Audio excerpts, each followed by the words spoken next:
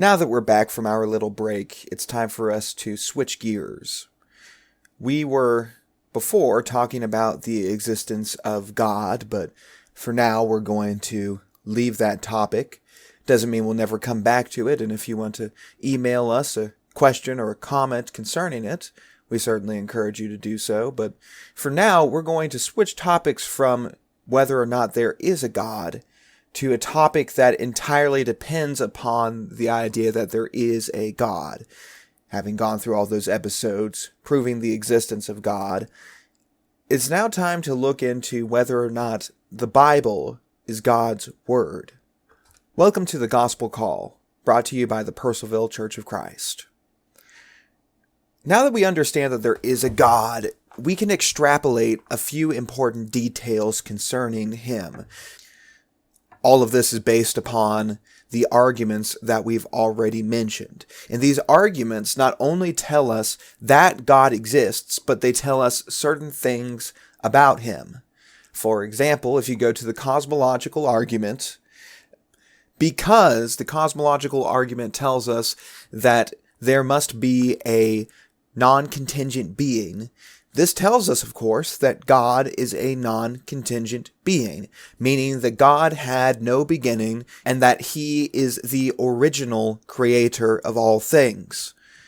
The teleological argument tells us that God is a master designer, and because of the scope of His design, we then understand that God must both be all-powerful and all-knowing.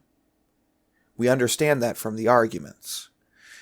There is one fact of God from these arguments I'd like you to consider right now, though. The moral argument tells us that since there is morality in the universe, there must be an ultimate moral originator. This therefore means that God is ultimately moral and perfectly moral.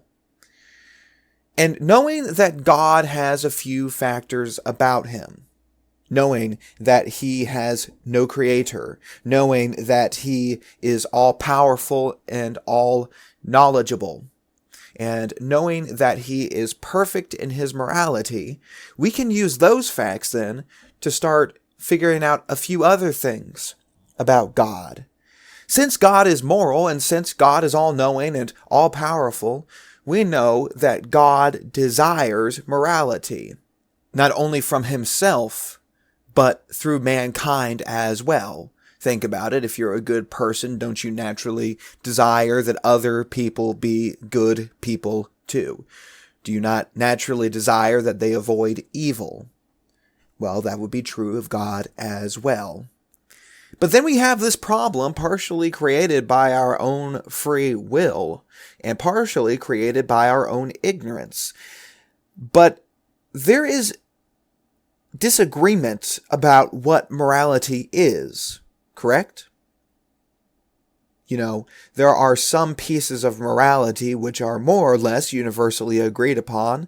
I tend to go to murder as an example of this, and if you wonder why I do it so often, it's because you're not going to find a lot of people who are going to claim that murder is morally acceptable. And yeah, everyone pretty well agrees, murder bad. However, if you are to look at different cultures, there are some issues that begin to creep up every once in a while, and it becomes clear that people disagree on morality in quite a few places. Let's take the idea of polygamy, for example. Now, if you're listening to this from America, or really just about any Western country, chances are you find the idea of polygamy, which, by the way, is when one man will marry multiple wives, chances are you find a moral problem with the idea of polygamy. However, if you are in a different country, perhaps the chances are a little bit lower that you would have a moral problem with the idea of polygamy. So, who's right? Is polygamy something that should be avoided? Morally must be avoided? Is it something we can judge others based upon? Or is it not? Certainly that's true of murder, no doubt, but what about polygamy? And indeed, polygamy is just one example of many, many different possibilities. God, being all-knowing, would know this. He would know that we need moral guidance. Yes, we have a sense of morality, but our consciences alone are not perfect. Beyond having disagreements about morality, sometimes a conscience can be corrupted.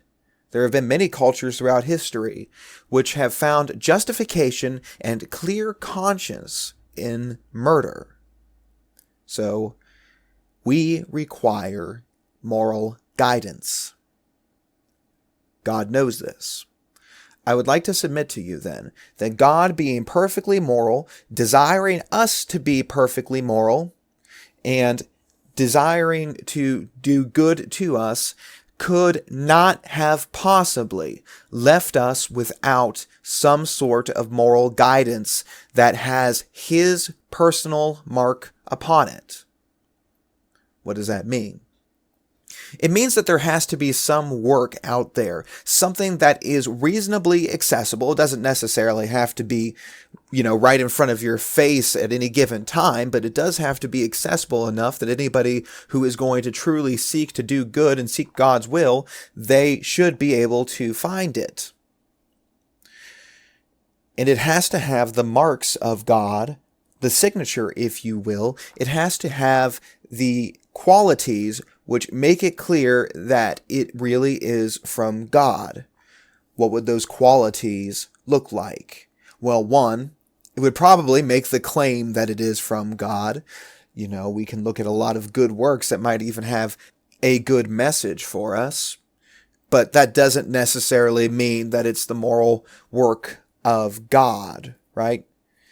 I like the moral message of To Kill a Mockingbird by Harper Lee, but it's not from God. It's just a entertaining work of fiction with a moral to it.